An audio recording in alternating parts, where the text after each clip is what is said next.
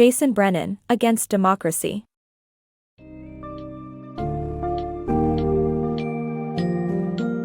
In Against Democracy, Jason Brennan takes a critical look at the shortcomings of modern democracy, focusing on voter apathy, ignorance, and the detrimental effects of human nature.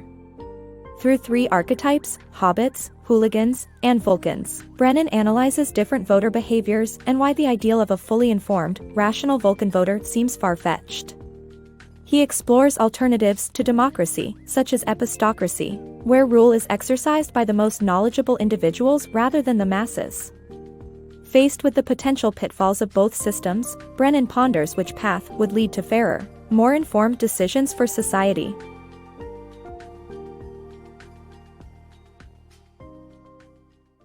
The imperfect system of democracy. Modern democracy is flawed due to low voter turnout, voter ignorance, and the fallacies of human nature. Economist Joseph Schumpeter argues that citizens become primitive when they enter the political arena. Apathy may not be a terrible trend as democracy becomes more inclusive. Voters can be divided into three groups: hobbits, hooligans, and Vulcans. Hobbits are uninformed, while hooligans cling to opinions regardless of facts. Vulcans are logically placed and can expound opposing views. Stereotypes in political behavior. The book highlights the usefulness of stereotypes in understanding political behavior.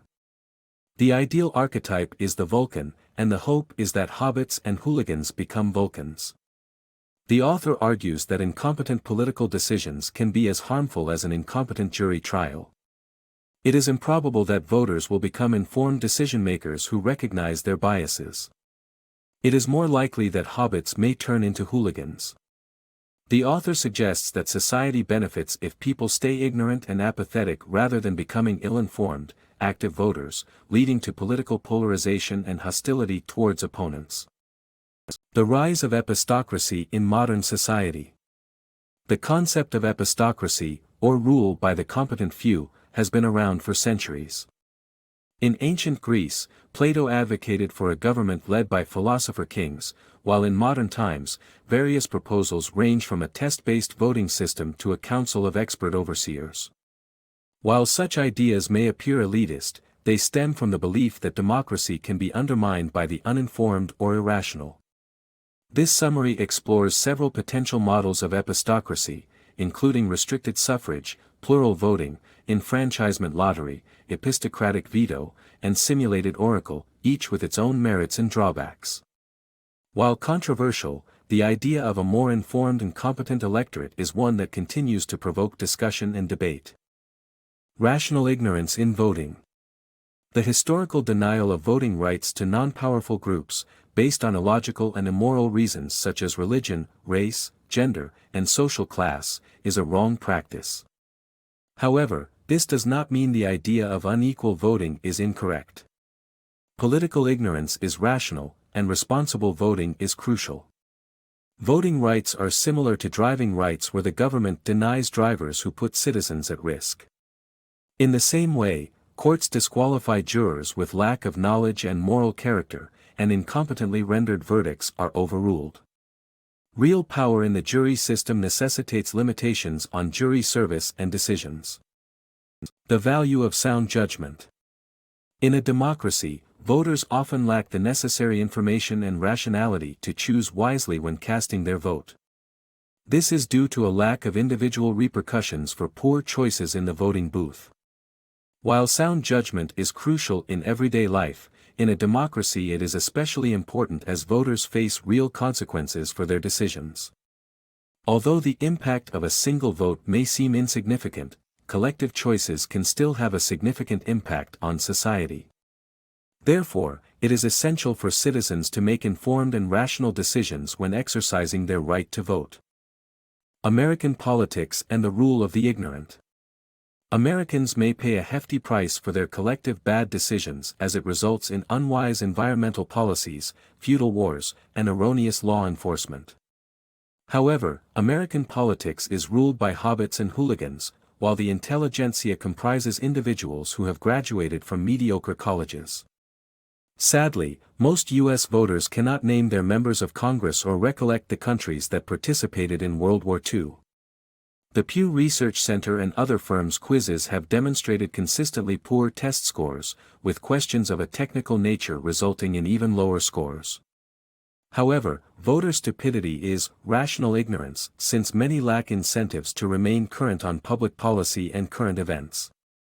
Although a small section of voters finds politics enthralling, the majority pays no attention. While political psychology shows that people are inherently biased, it can be overcome with effort. An epistocracy may feature an intellectual elite in the lead, but it would still feature hooligans, more Vulcan, than in a democracy. Political irrationality. In a democracy, every citizen has equal political power. However, due to human nature, people often receive and process political information irresponsibly and in flawed ways. This is known as political irrationality. Most voters are hooligans and form flawed opinions by giving more weight to information that supports their preconceived notions. They also tend to hold politicians accountable for outcomes outside their control and vote for more attractive candidates over less attractive ones. This book highlights the various errors of logic made by citizens of democracies and their harmful effects on the political system. The danger of political tribalism. Political tribalism creates an environment where commitment to objective truth is lost, and individuals align with partisan beliefs on unrelated topics to prove their loyalty. This behavior results in incompetent participants in elections, risking the outcomes for others. Although controversial, an epistocratic regime proposes voter qualifications, which all races and demographic backgrounds must pass to establish competence, not exclusion, from casting their ballots. However, political biases would still play roles, such as easy exams for Democrats and more difficult ones for Republicans. Weighing the merits of such a regime raises unpleasant memories of literacy tests that were used in Jim Crow's era to prevent black voters' participation. Nonetheless, an epistocratic regime would deploy tests and assessments with a fair and unbiased agenda, eliminating political motivations from the equation. The flaws in democratic voting. Voting tests are biased against the less educated and wealthy, leading to lower political knowledge among certain groups. Epistocracy may prove to be a better alternative. Political knowledge is positively correlated with registration as a Republican and negatively correlated with being Democratic or independent. Demographic objection to voting tests. In this book, the author addresses the two main criticisms of demographic objections to voting tests. The first argument highlights the unfairness of subjecting certain groups to testing. However, the author argues that democracy doesn't always guarantee fairness. The second objection asserts that voters who lack a clear understanding of social sciences won't choose policies that improve their lives. The author counters this argument by emphasizing that literacy tests are not enough to determine one's understanding of social issues and can sometimes be used as a tool to suppress voting rights.